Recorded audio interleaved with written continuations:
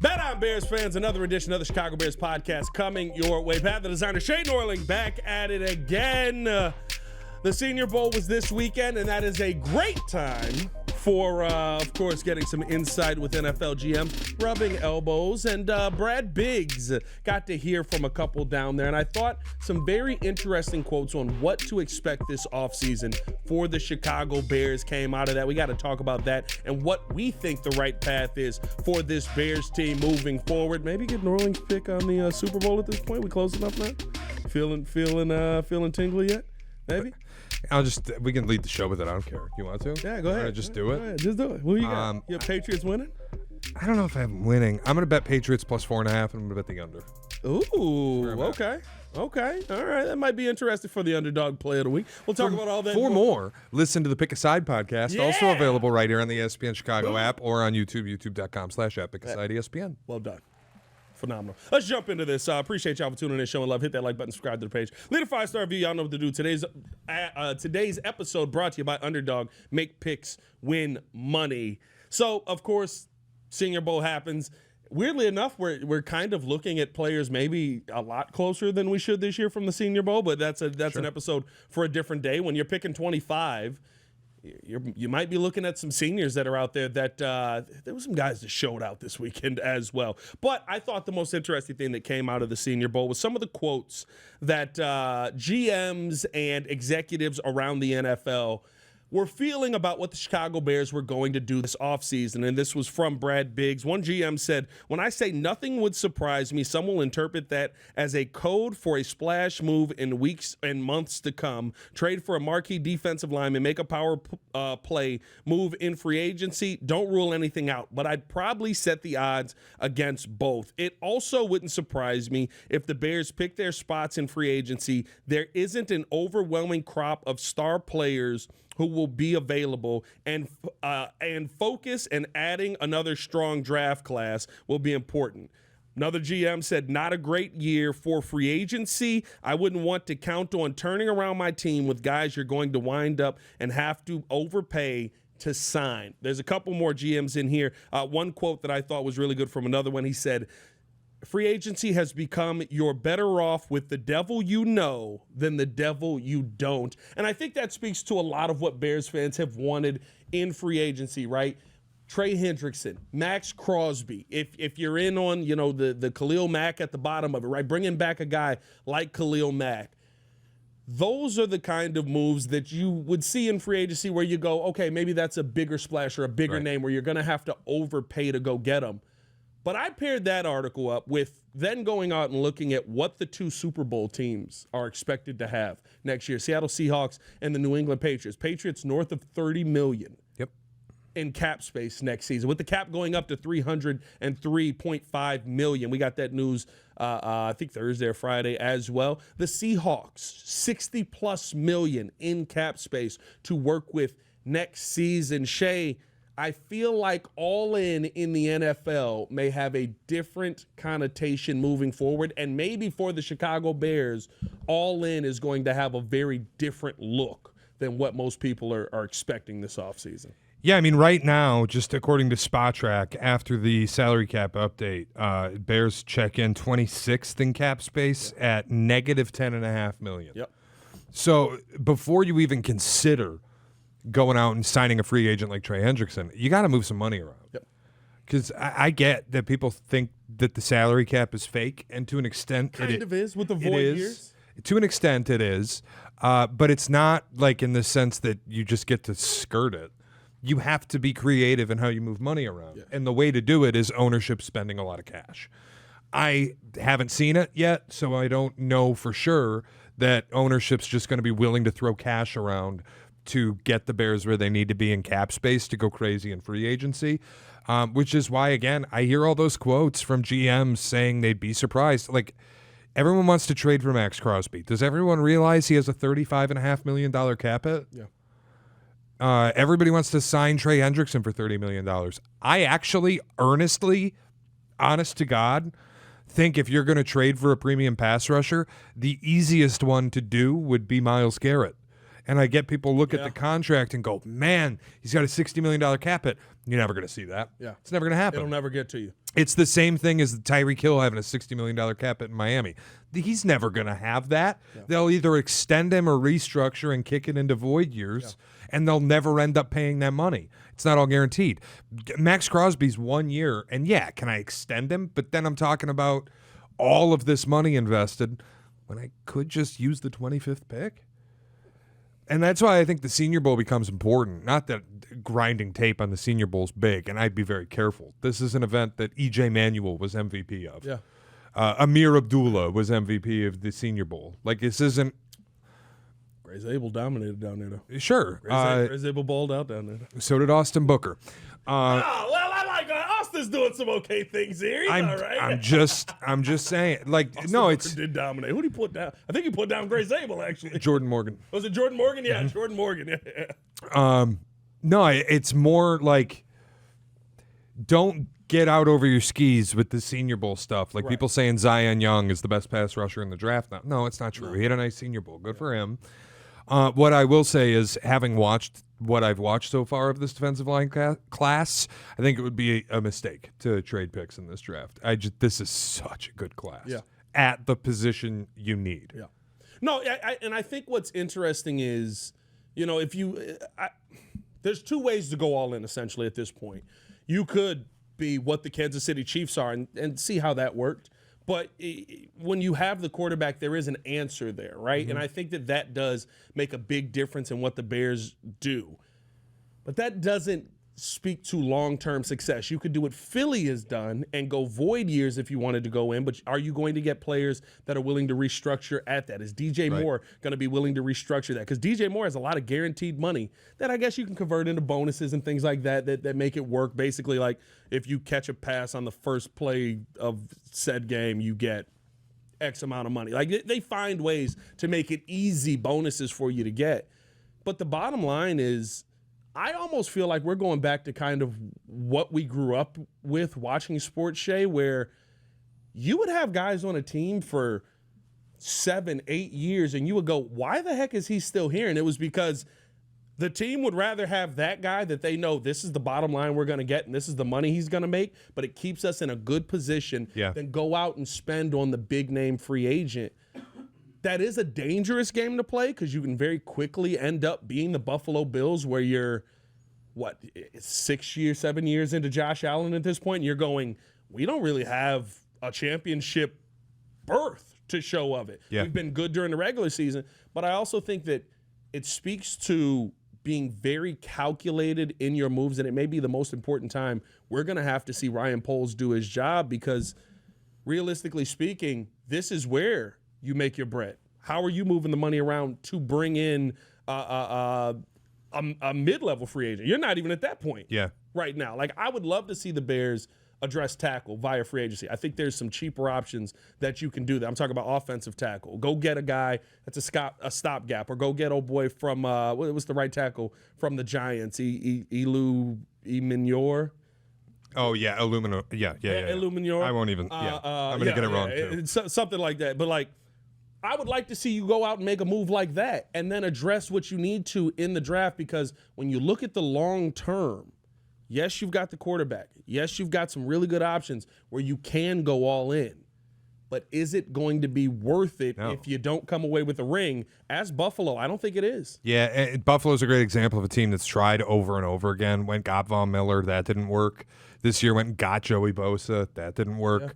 That's kind of what the aging pass rusher trying to. Trey Hendrickson is this year, right? Like, you just go try and find that closer, and it doesn't work, and then you get stuck where you're like, we haven't done this, and now we got to reevaluate everything. Yeah. I think the Eagles are an interesting case too because a lot of voids. But the Eagles are the team that everybody picks to show, like they hold them up. Cap's not real. Philly does it, guys. Rams do it too. Well, but also but Philly does it a lot. Philly is paying the price for it. It's just people don't want to look at that. Like, there's a reason. Yeah, Philly went and traded for Saquon Barkley, and they got an incredible season in a Super Bowl. They would never do it differently. Yeah. But now you look at the team, there's a reason that they lost Milton Williams. There's a reason that they lost Josh Sweat. Yes. There's a reason that they can't re-sign Jalen Phillips this offseason. Because they have to eventually, like, the cap comes for you at a certain point no matter how well you are flexible to get through it, where you're just going to have to make decisions. And I think the problem I'm having when people are like, now's the time to just go all in. Well, sure, if you had a rookie scale quarterback and I was entering the offseason $45 million under the cap, I would feel really good about going on all in. Yeah. Like the Patriots are going to be fascinating. Rookie quarterback, rookie deal quarterback, entering year 3 with $35 million in space, and you have proof of concept you went to the Super Bowl, but you do admittedly have to get better. Like that's a situation where I would go, I got $35 million to blow. I can move a little money around and probably turn it into $100 million. Yeah. And then I go and get Trey Hendrickson, or I go and get Maxx Crosby, or whoever. That I get. But when the Bears are entering the offseason $10 million over, you already have kind of diminished how much of that rookie contract space you can take advantage of, which I think is ultimately okay, because tight end is incredible on a rookie deal.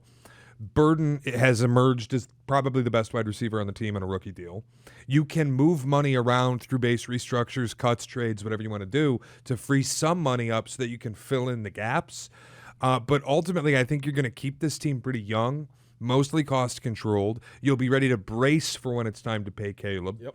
And I think the advantage is this class being so good on the defensive line, you just use the 25th pick on a pass rusher, whether it's defensive tackle or edge rusher, and you're kind of cooking with gas. The offense is set. You'll be where you need to be. Yeah.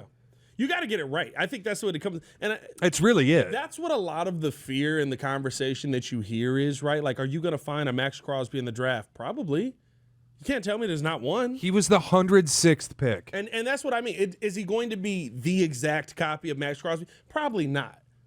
But can you tell me that you can find a 4th rounder that can go out there and be a very impactful player, or a 3rd rounder, or a 2nd rounder? I'm not even saying that, because, like, obviously, look, the Bears are in a position where they just have to get their decisions right. Yeah. And I'm not, if they make the money work out so that they can trade for Crosby, or they can, go acquire Trey Hendrickson. I'm never going to be upset. No, I'm not going to be angry about it. Is it what I would do? No, I've said as much. But it's not like, yeah, this is a death sentence because you went and did that. Yeah. No, I don't feel that way. It's just, I think you risk making your roster old quicker, more quickly than you need to, like the Commanders did. And the other thing I would push back at is there's like this narrative coming from people that there's no risk involved with trading for Maxx Crosby, or there's no risk involved in signing Trey Hendrickson because I know exactly what I'm getting. And I just think that's really flawed thinking. Like the Cardinals thought they knew what they were getting when they traded for Chandler Jones. Yeah. You know what I mean? Yeah. The sample size is small. So I get, like, we've seen this player at an NFL level. I know what I'm getting. I don't think there's necessarily any less risk in giving up a bunch of resources, whether it's money or draft capital, to acquire a player versus the risk in spending the 25th pick on an edge rusher and having to get it right. I think it depends on the situation. Hendrickson and Crosby are very different to me, right? And Garrett's in a world of his own. Like, I don't. If you could get Myles Garrett, you get Myles Garrett. To be clear, like if there's a world where Myles Garrett can be gotten, just do it. Do it. Like whatever picks it costs, but that's a different kind of player. I've said this many times.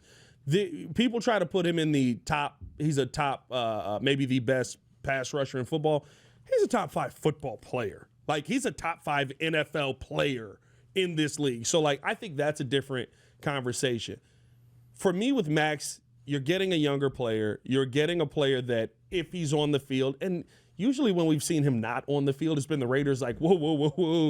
We don't need you doing any of that winning over here. Yeah. I would feel like you're getting a guaranteed return on investment. Now, is anything 100%? No. But I would feel like my expectation coming into a season is Maxx Crosby's probably going to get me double-digit sacks and be around the quarterback a ton. With Trey Hendrickson, I think there's more risk involved, but you're giving up less for the risk. Right. Which kind of evens that out, because now you're getting into just money. I think Spotrac said $25 million for 2 years is the expected contract for him. Probably come in a little less than that coming off of IR. So you're living in a world where it's doable. But even with that, now you're going here and you're saying, well, I'm spending this money, but is this guy going to give me enough games this season? That's where the rookies come in and you say, you've got the youth, you've got the money, you've got the best situation. And I think we view all in so much as go get the guy that we know it is. There's a lot of guys that have been drafted at 25 that we knew were going to be good players. And I think there are players in this draft that you can talk about like that. I would be open, and I think you brought this up on the morning show with Cap and Hood.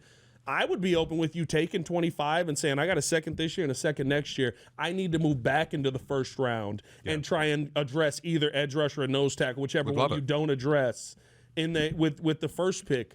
Because that is also a all-in move. Hey, we found two players that we think are going to change this team for years to come. It's just not the all-in move of we feel like this window is short. By the way, they are. There are people that think because Caleb's here, like in 10 years as a Super Bowl win. No, it ain't.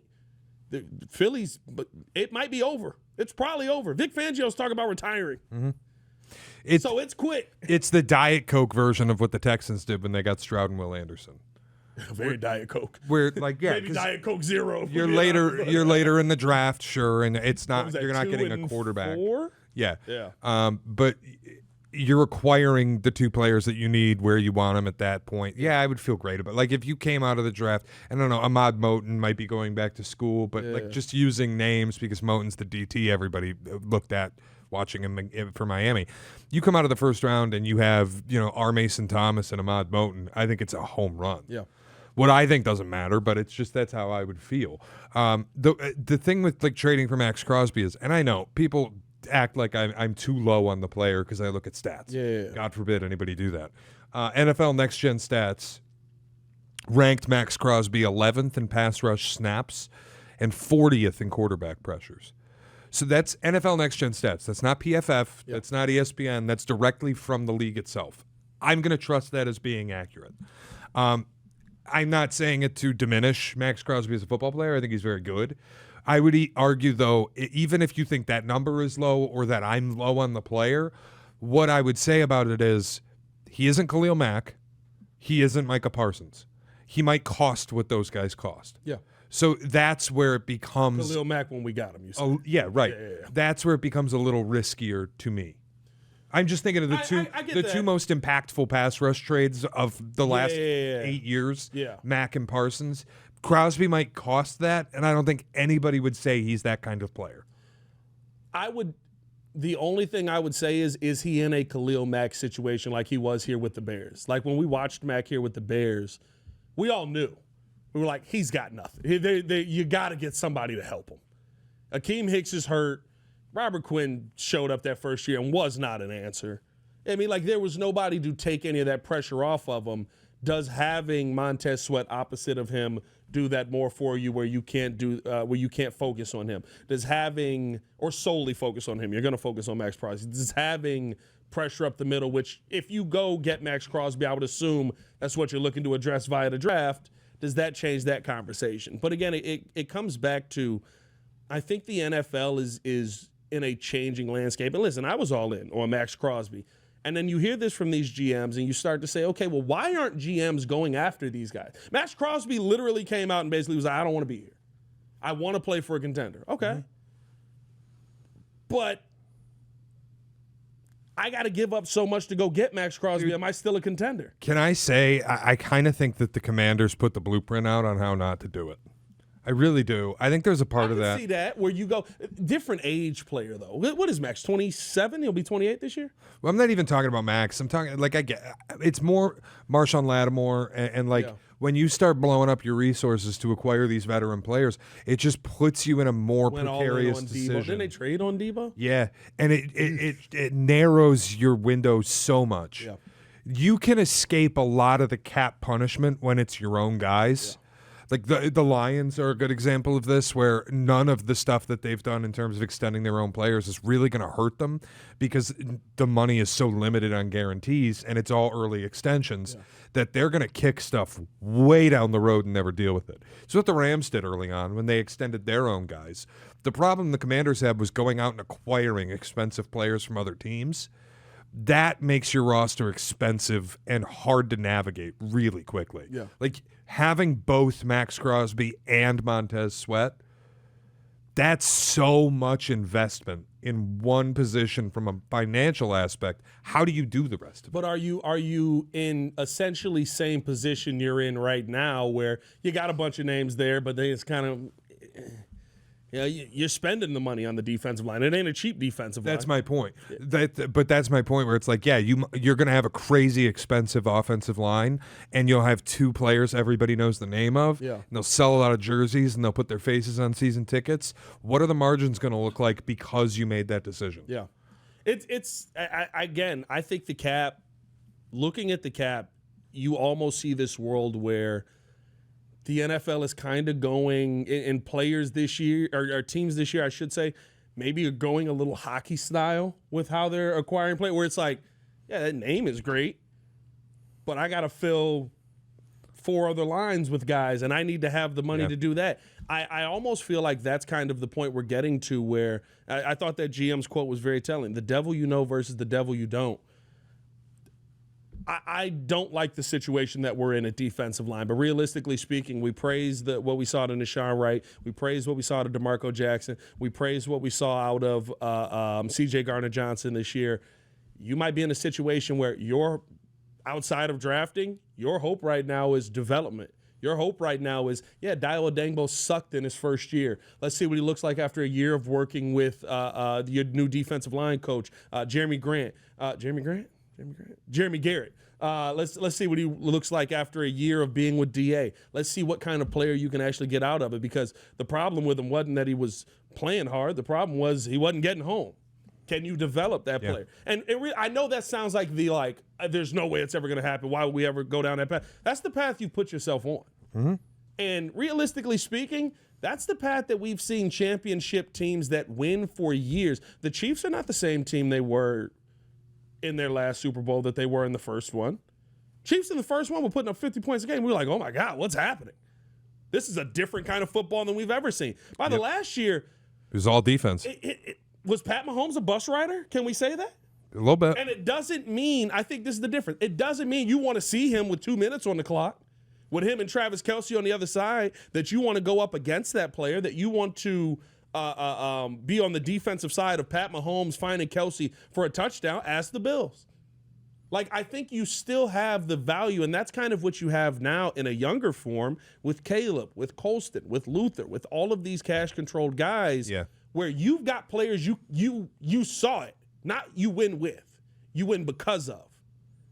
That doesn't mean that you have to go all in to then try and put big money names on the team on the other side so that you get to that Super Bowl. There's a lot of teams that lost because of that. Realistically, the only time we have seen a team win going all in and trading for that big money name, because even the year Saquon went, he was still on a very controlled contract. Dude, his cap hit was smaller than Cairo Santos the year that they won. The only time we've seen it is in the last 15 years. Rams. Stafford, yeah, that was it. The Rams. And it's the quarterback. You got the quarterback.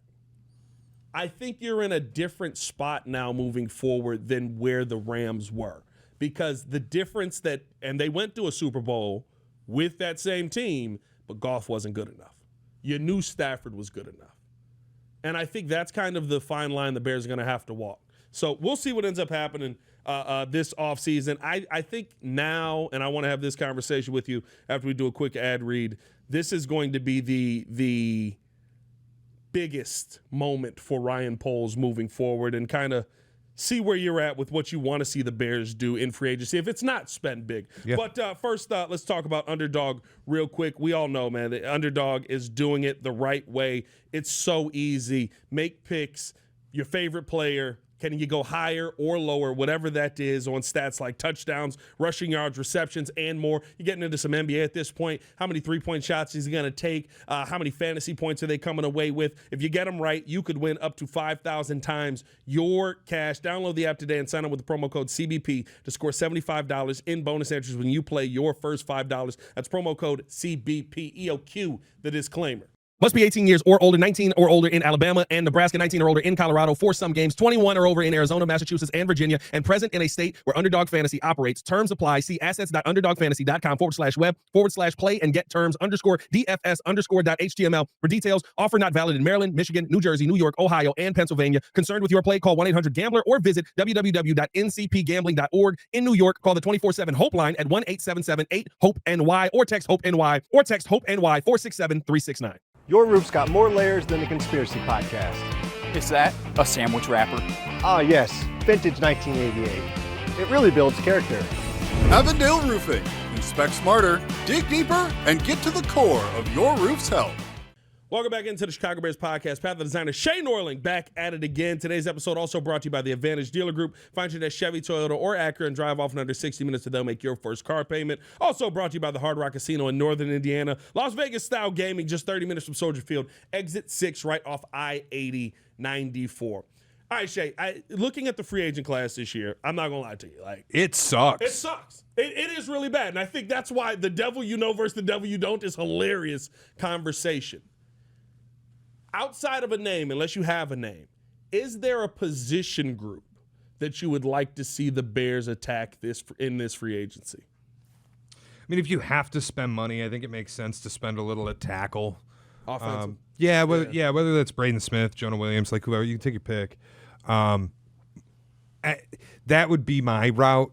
Obviously, like bringing up W know versus W don't. I think a key in free agency is going to be bringing back Kevin Byard, which it sounds like everybody involved wants to do. But guys, I mean, you start going through this list of free agents, it's bad, gross. Yeah. It's names that are coming off injury or coming off bad years. Mike Evans, Trayvon Diggs, Christian Kirk, Debo, Travis Kelce. Who's probably retiring. Of course. Likely, yeah. Like Joel Bitonio at 34 years old. Is that a deal you want to make? Kyle Duggar? No, I'm good.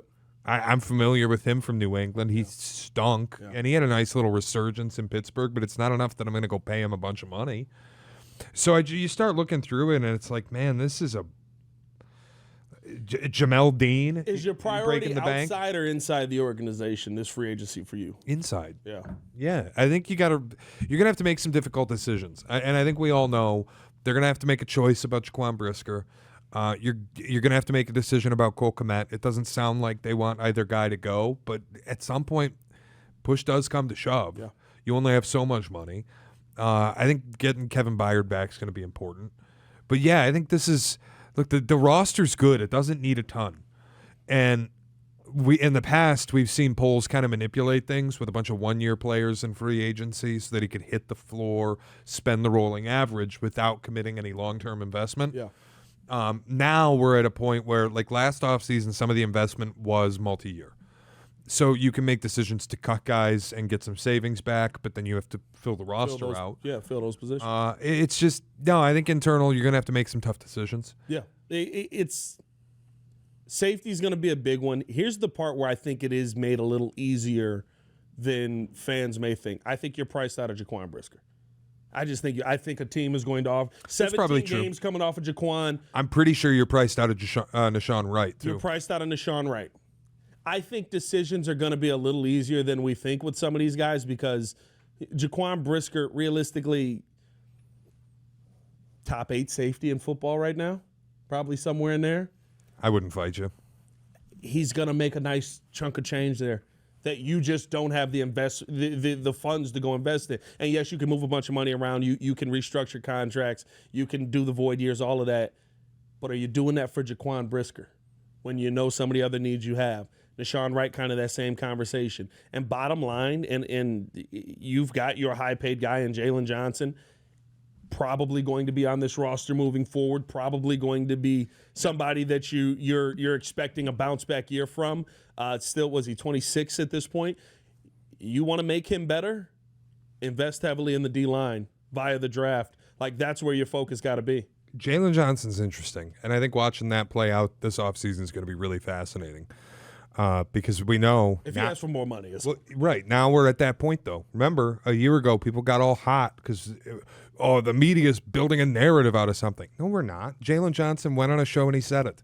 He went on Rich Eisen and he said, I'm seeing all these corners get paid, and I want to get mine. Yeah.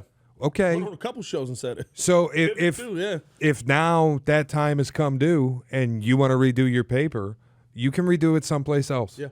We'll happily ship you someplace to redo your paper because that's just the world I live in. I'm not giving Jalen Johnson more money. Although, if we're being real, though, more than likely this probably isn't the offseason he's going to ask for it because of how bad he looked when he did come back. You don't really have a leg to stand on at this point.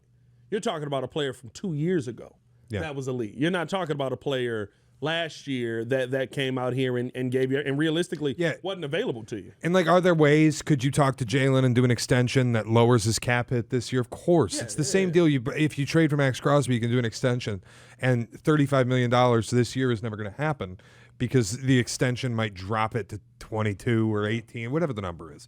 You'll cut that basically in half and have more cash to work with. The problem is all you're doing is delaying an inevitable number that's going to be huge. Yeah. So if you do choose to extend Jalen, the cap hit gets smaller this year, but how does that impact decisions you have to make in 2 years? Same deal you trade for Maxx Crosby. That you might make that number small now, but it's going to be huge in 2 years, and how does that impact decisions then? Yeah. That's where hitting in the draft is going to be massive for this team because your two big players on the Chiefs are what? Chris Jones and I guess your three: Travis Kelce, Chris Jones, Creed Humphrey, and Pat Mahomes. Trent McDuffie. Take your pick, man. They built through the draft. You end up drafting those guys, right? That's exactly what I was going to say, right? Like, yes, their cap is massive. But you start looking around, it's like, well, that's my guy, that's my guy. Stay with this, because this is perfect. It's a great example of what we're talking about. Yeah. Is people use the Eagles as this cap's not real, go all in, do this, do that, do this. Look at the core of the Eagles team. Yep. Jalen Hurts, draft. Yep. Right? You're like, they went and got Saquon. But the offensive line, in large part, even before Jason Kelce retired, draft. Yep. Jordan Mailata was a draft pick. Lane Dickerson was a draft pick. Yep. Look at the defense. Jalen Carter, Jordan Davis, Cooper DeJean, Reed Blankenship. If you've ever been to Georgia, you probably play for the Eagles. These are Nolan Smith. Yeah. These are how these teams are built. They aren't built by going out and making huge, splashy trades. Sometimes that happens. Yeah. But, again, the two most impactful I can remember in my lifetime for edge rushers were multiple firsts for Micah Parsons and multiple firsts for Khalil Mack. Did either the Packers or Bears win the Super Bowl? No. Is it worth going out and getting Maxx Crosby if the ultimate reward is not a ring? And honestly, again, it puts pressure on getting it done. Yeah. So I don't know. I keep hearing from Sylvie, I don't trust Ryan Poles to make picks, and so we should trade them. I'm like, no. That's fire him then. That's the same conversation that we heard where it was, we don't feel we have the culture to draft Jalen Carter. And we were just all okay with not drafting Jalen Carter, which is fine. I love Darnell Wright. Yeah, it's fine. I'm glad that we have him. But the fact that there was a mindset at any point that I don't trust this guy to do his basic job. Yeah. And so I don't want him to mess these things up. That's the wrong mindset to have. Even the Rams, yes, they went all in. They still drafted Jared Verse.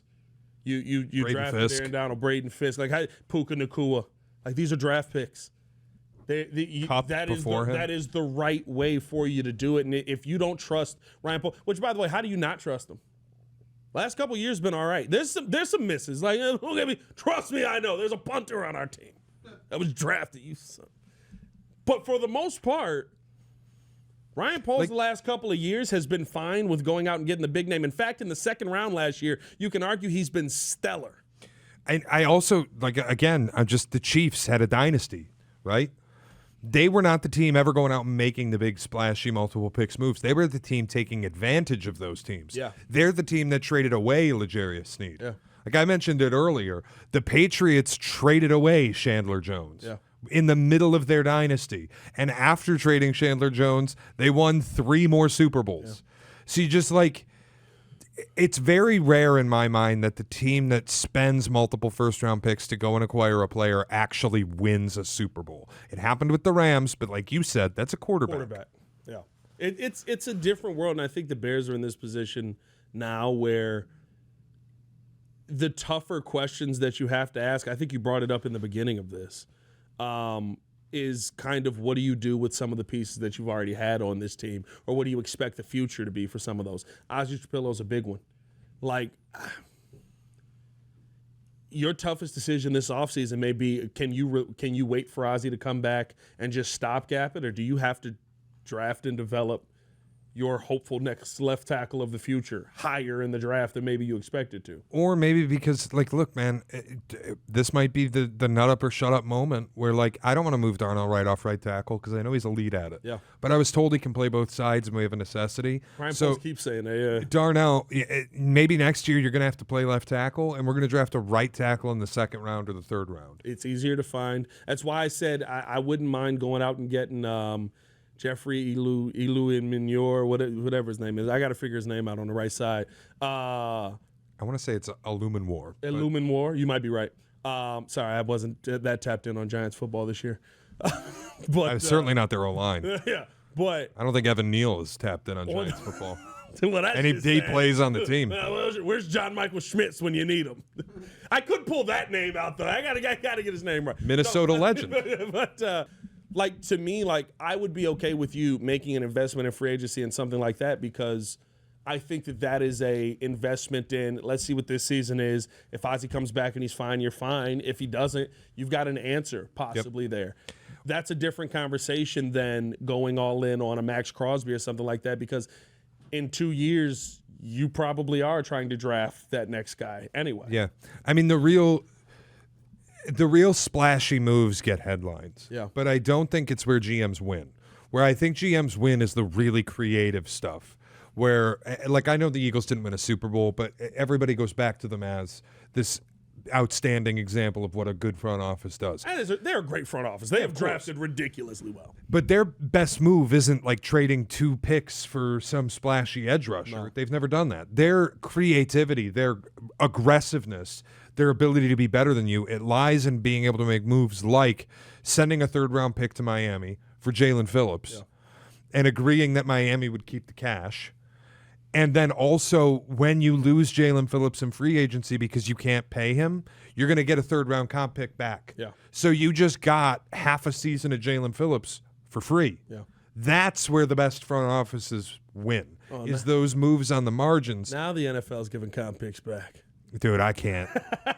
It's a joke. It's just a. We gotta change that, right? It's a fucking. We gotta change. I know we haven't talked a ton about Ian Cunningham. Me and J-Mac talked about it Friday. We gotta change that rule, bro. It's a joke. You're about to F the league up, and Atlanta's the one that exposed it, essentially.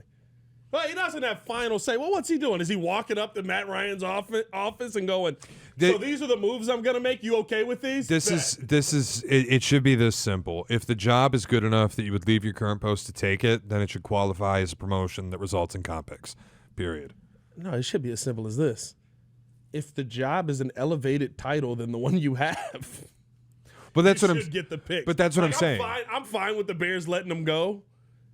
But Atlanta shiesty out here. That's crazy. No, but what I'm saying, like, if you're telling me that he doesn't move up the organizational hierarchy, then why the fuck's he taking the job? Yeah. Do you know what I mean? Yeah. So if the job is good enough that you will leave the one you have, then it's good enough for the team that you were at to get comp picks. Yeah. Otherwise, what's the point of the Rooney Rule? Yeah, it was interesting, and I wasn't even mad at it because honestly, I think the relationships will end up working better. I'll take Bijan for a 7th.